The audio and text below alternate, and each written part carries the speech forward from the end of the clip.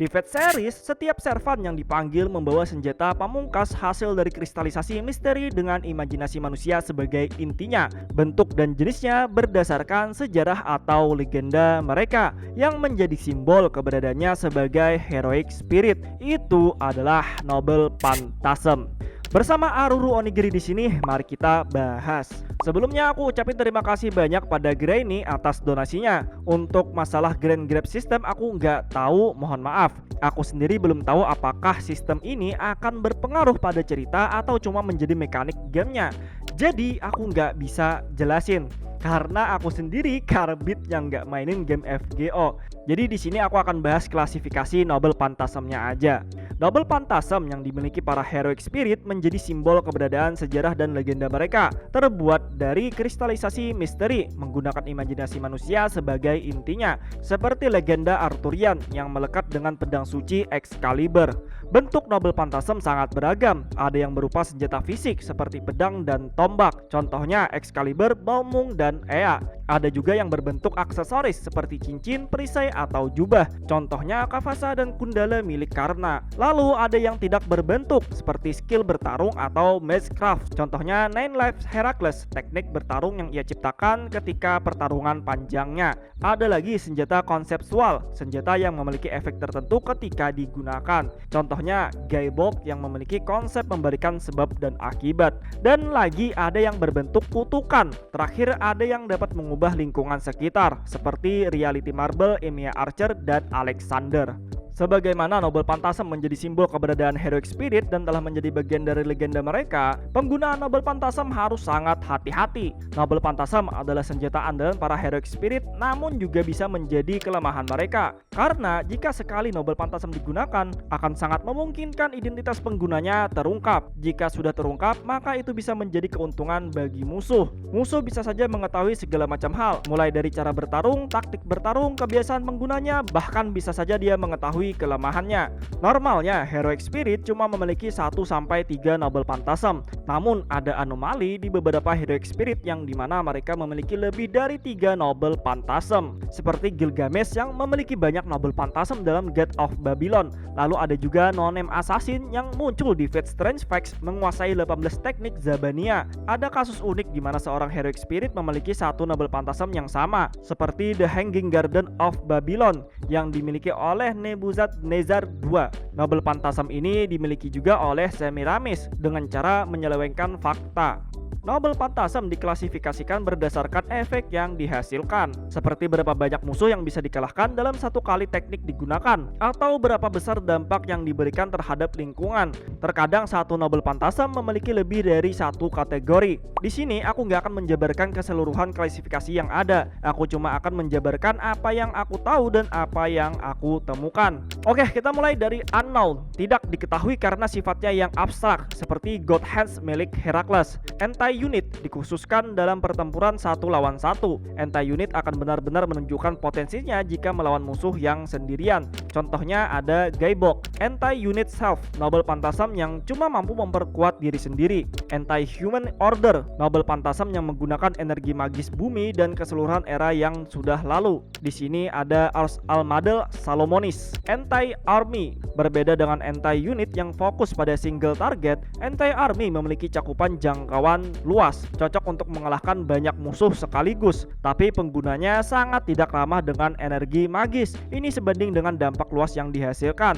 Tidak seperti anti-unit yang penggunaan mananya lebih sedikit sehingga jeda penggunanya tidak terlalu lama, anti-army membutuhkan jeda yang lebih lama agar bisa digunakan kembali. Contohnya di sini ada Nine Lives Heracles. Anti-army self mampu memberikan buff pada pasukannya sendiri. Anti-city memiliki potensi untuk mencakup seluruh kota. Contohnya Saraswati Melt Out. Anti-country potensinya mencakup seluruh negeri. Di kategori ini ada Stella dan Victis. Anti-crime, Noble Phantasm yang kekuatannya ditentukan oleh kejahatan target. Contohnya Costus Morum. Anti-crown, Noble Pantasam yang efektif untuk melawan Grand Servant seperti Heaven's Hall milik Base 3 Rapture.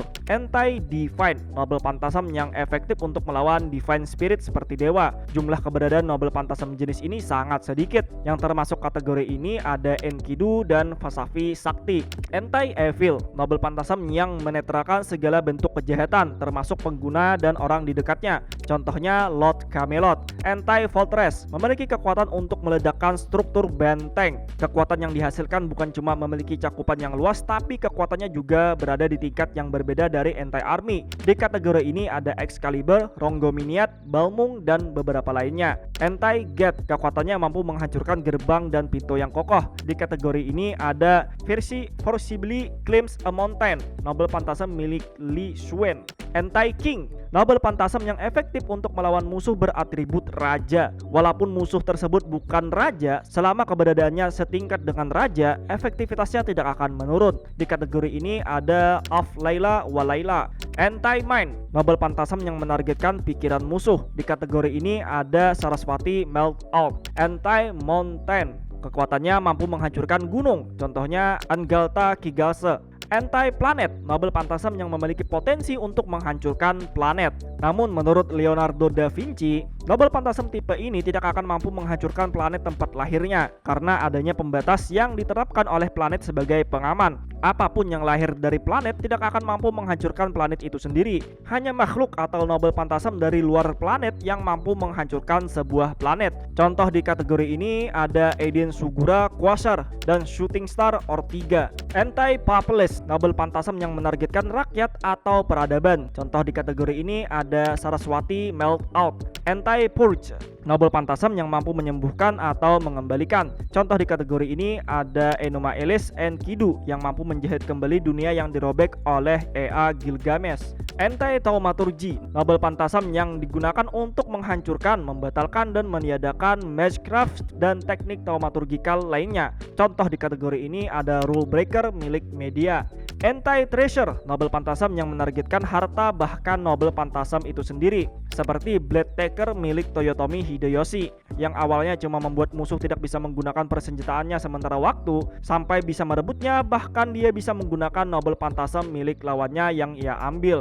Anti-World, Noble Pantasam yang mampu mempengaruhi dunia. Di sini bukan berarti mempengaruhi dunia secara harfiah ya, tapi lebih ke dimensi yang ada. Di Fate series, dunia itu seperti helaian kain yang menyelimuti planet. Dunia tempat tinggal manusia berada di bagian permukaan kain. Di balik kain tempat dunia manusia tinggal dihuni oleh para makhluk seperti peri dan makhluk fantasmal lainnya, sembari mempertahankan hukum Age of Gods. Dunia ini dikenal dengan nama The Riverside of the World. Nah, Noble Pantasam Anti-World mampu mempengaruhi lapisan-lapisan ini, seperti Ea, Noble Pantasam yang mampu merobek pelindung lapisan dunia. Dimensi yang dibuat dengan Reality Marble juga termasuk. Barrier, Noble Pantasam yang mampu membuat penghalang seperti Bounded Field atau sebuah kemampuan defensif murni. Contoh kategori ini ada Avalon, lalu ada juga Bloodford Andromeda, lalu Luminosité Eternelle. Gimana sih pengucapan Perancisnya? Konseptual, Noble Pantasam yang memiliki efek tertentu ketika digunakan atau ketika mengenai target. Contoh di kategori ini ada Gaibok yang mampu membalikan sebab dan akibat, dan Roh Ayas, sebuah perisai anti proyektil. Suicide Attack, Noble Pantasam yang mengorbankan nyawa penggunanya seperti La Pucelle Jeanne d'Arc. Oke, itu aja yapingnya tentang klasifikasi Noble Pantasam. Mungkin ada beberapa klasifikasi yang tidak ada karena memang nggak aku masukin. Aku nggak menemukan penjelasan dan nggak memahaminya. Kalau ada tambahan atau koreksi, tulis aja di kolom komentar. Jika kalian suka konten seperti ini, jangan lupa like dan subscribe biar tidak ketinggalan update. Yang ingin support lebih, kalian bisa gabung membership. Yang sudah bergabung, aku ucapin terima kasih sebanyak-banyaknya. Akhir kata, see you next time and goodbye.